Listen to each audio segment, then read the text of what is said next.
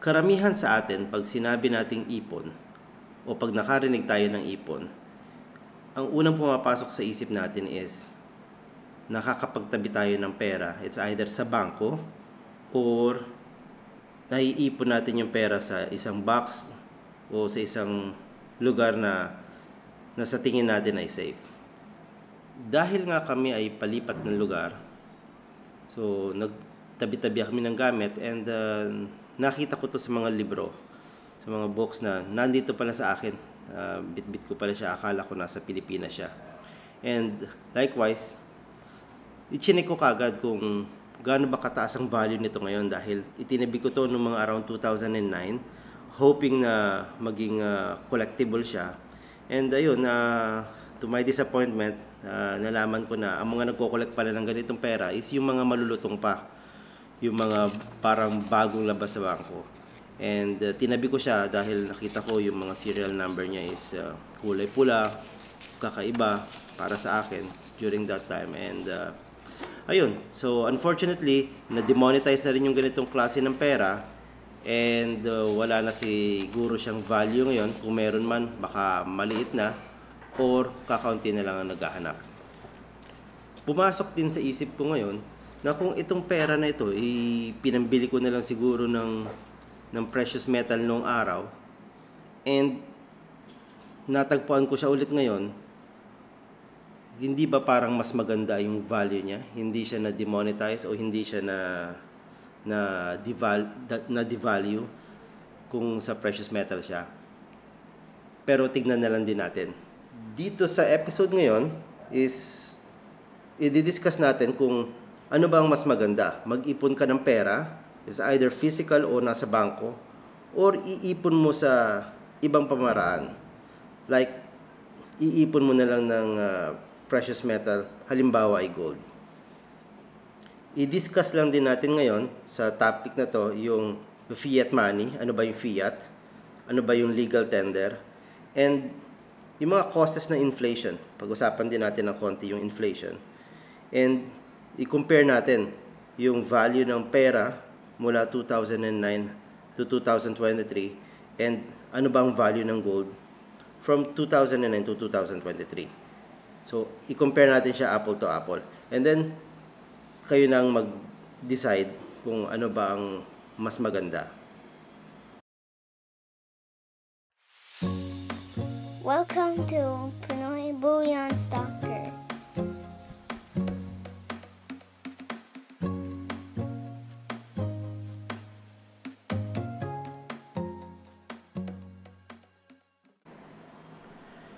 Welcome back! Ito po si Pinoy Bullion Stalker and pasensya na po at medyo matagal bago tayo nakapag-vlog ulit. Gaya po ng sinabi ko, naglipat kami ng lugar and we're no longer in Saudi. Dito na po tayo ulit sa ibang lugar dito sa Middle East. And ayun nga, pag-uusapan natin ngayon, simulan natin dun sa fiat. Ano ba ang ibig sabihin ng fiat? Ang fiat, ito yung Latin word na ibig sabihin is let it be done.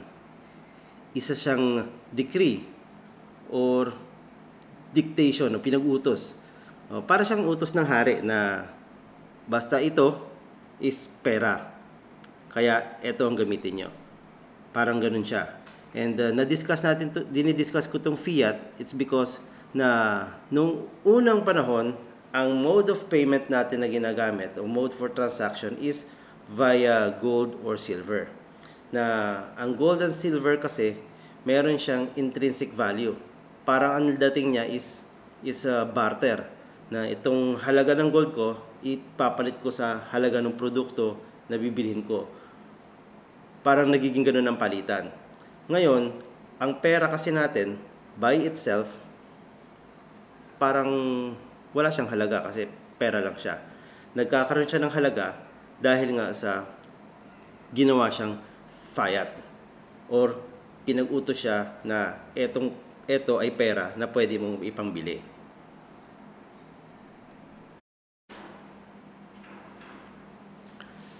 Hindi tayo sanay na naririnig ang salitang fiat o ang fiat money. Mas sanay tayo dun sa legal tender. Ano ba ang pinagkaiba ng fiat money sa legal tender? Ang fiat money, ito yung sinasabi na hindi siya valuable. I mean, wala siyang intrinsic na value. Hindi kagaya ng ginto or ng silver na meron talaga siyang halaga. And hindi rin siya backed ng physical commodity such as gold or silver. Hindi gaya dati na ang pera na gamit natin may nakalagay na silver certificate. Ito yung nagsasabi na yung pera mo is may katumbas na halaga na nakatago dun sa bangko na parang pwede mo ipalit anytime. And hindi rin siya backed ng government. Yung value din ng pera mo is nakadepende doon sa public confidence against doon sa nag-issue ng pera. I mean, sabihin mo na mas pinagkakatiwalaan ng karamihan yung dolyar kesa doon sa ibang currency. O sabihin mo na pera ng Zimbabwe or somewhere else in Africa, mas pinagkakatiwalaan nila yung US dollars. Dahil yung confidence ng public is more on mas okay pagka US ang nag-issue. And ito rin yung nagbibigay ng control sa central bank para ma-control nila yung economy fully dahil sila lang ang nag-i-issue ng pera. Sa legal tender naman, ito yung sinasabi na i-declare na legal yung pera ng gobyerno. So, maraming gobyerno ang nag-i-issue ng fiat currency tapos gagawin itong legal tender by setting it as a standard for repaying debts. Ibig sabihin, itong pera na to gagawin nilang legal tender na pambayad sa kung anumang transaction mo. And ang legal tender is localized only by the government. Ibig sabihin, yung pera ng Pilipinas is legal tender siya sa Pilipinas lang, hindi sa ibang lugar.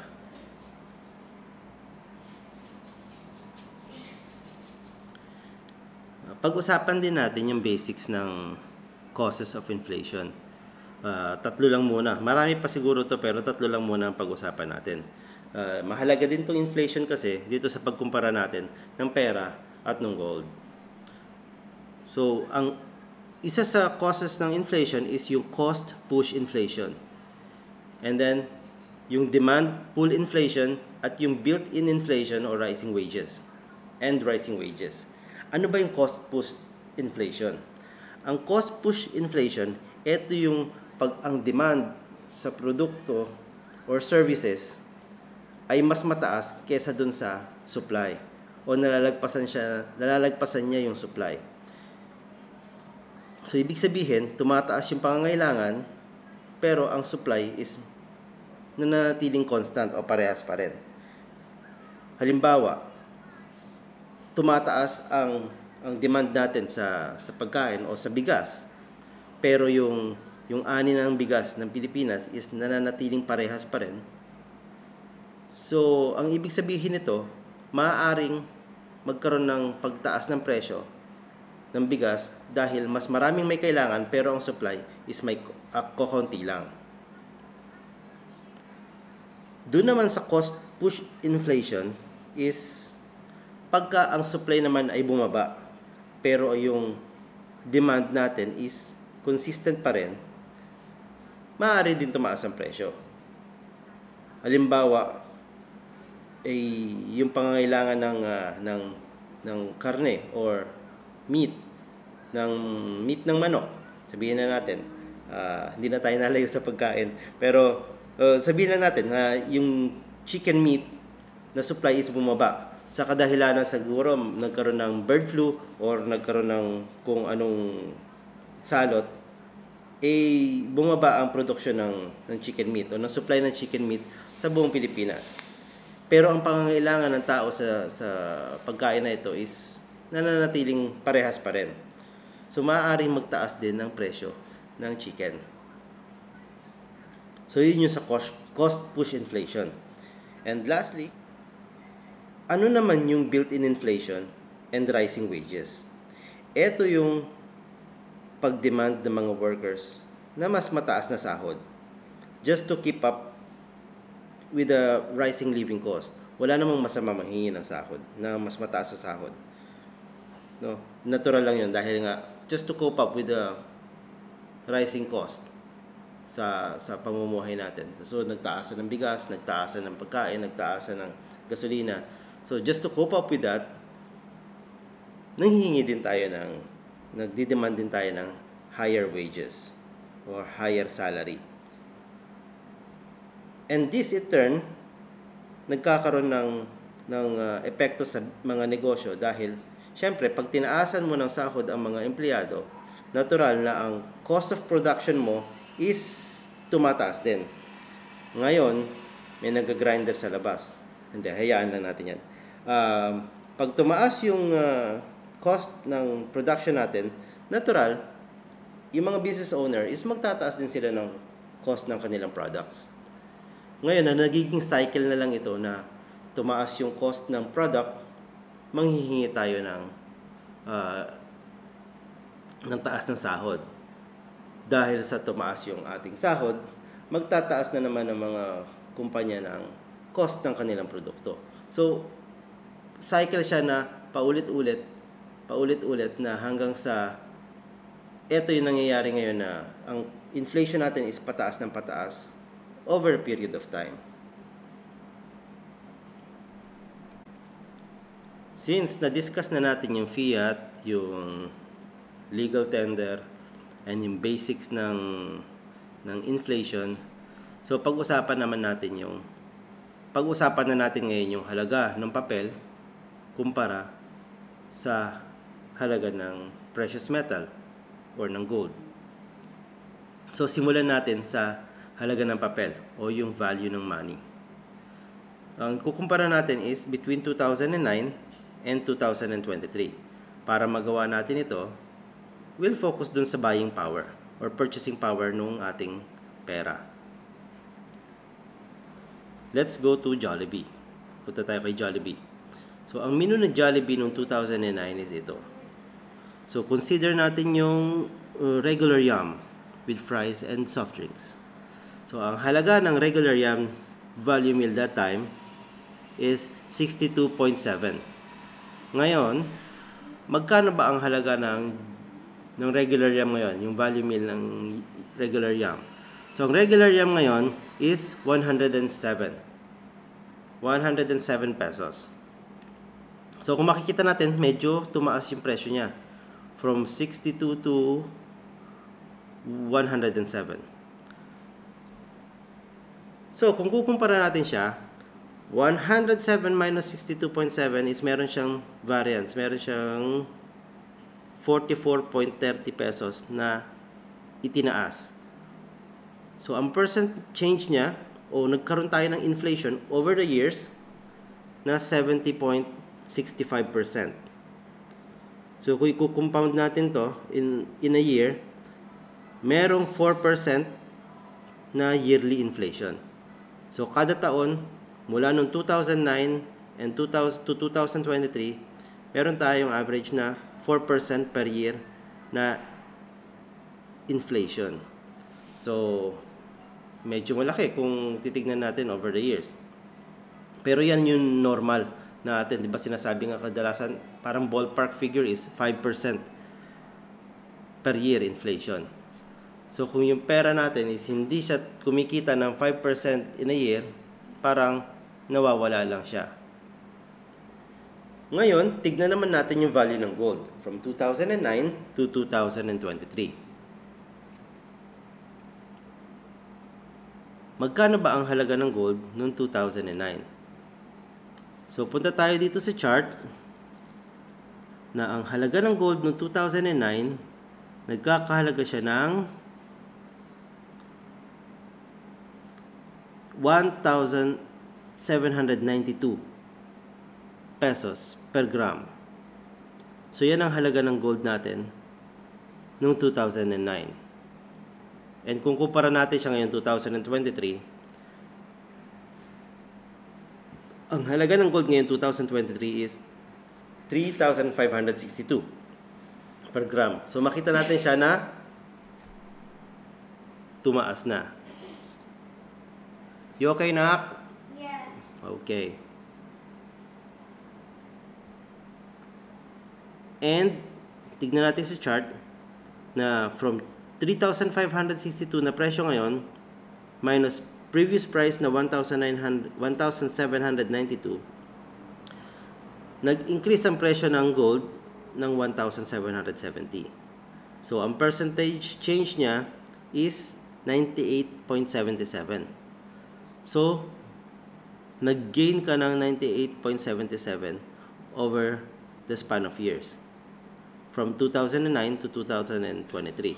So, kung titignan natin to in a yearly compounded interest is kumita yung gold o tumaas yung presyo ng gold ng 5% per year.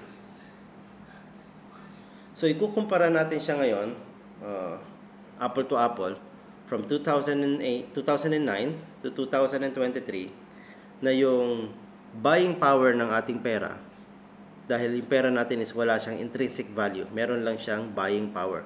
So, ang buying power niya is bumababa dahil meron tayong inflation na 4% per annum or every year. So, yung dati mong pera na itinabi na isang piraso, para mabili mo yung same product, kailangan mo na ngayon ng 2 pirasong ganon. So, yun yung devaluation ng ating pera dahil sa inflation. Pero kung kukumpara naman natin siya ng gold, na yung gold natin is nag-appreciate siya o tumaas siya ng 5% per annum. Ibig sabihin, nako-cover niya yung pagtaas ng inflation. So, kaya siya tinatawag na hedging against inflation. Magandang hedge, isang magandang form ng hedge ang gold against inflation dahil nare-retain niya yung value niya. So, nagkaroon ka man ng inflation na 4%, pero yung value ng gold mo is tumaas ng 5%. So, mas lamang ka pa against sa inflation. So, maganda siya. We can say na maganda talaga siya na hedge against inflation. Ngayon, yung pera mo, sabi mo, hindi ko naman tinabi yung pera ko sa libro. Hindi ko naman siya inipit sa libro. O hindi ko siya nilagay sa piggy bank. Inilagay ko siya sa bangko. Good. Yung pera mo is safe sa bangko. Pero, ang interest rate ba ng bangko can beat the inflation? Diba? So, it's up to you. I just laid out all the cards na nalaman ko o na-experience ko, and it's up to you kung ano sa tingin mo. Pero, sige nga, pag-isipan mo, ano ba sa tingin mo maganda? Magtabi ng pera o ilagay sa isang bagay? I'm not saying na gold lang ang pwede mong pagtaguan ng pera. Merong real estate, merong iba pang form ng investment na pwede mong sabihin na kayang hedge against inflation. Pero ang topic lang natin ngayon is ang pera or ang gold. Again, kung umabot kayo hanggang dito, maraming salamat sa panonood, and baka pwede namang pa-like and subscribe dyan. And yun po, again, I am not a financial advisor. Hindi ko po kiniklaim na ako isang financial advisor. I'm just sharing this information para lang makatulong kung may maitutulong man ito. Again, muli po, maraming salamat and God bless everyone.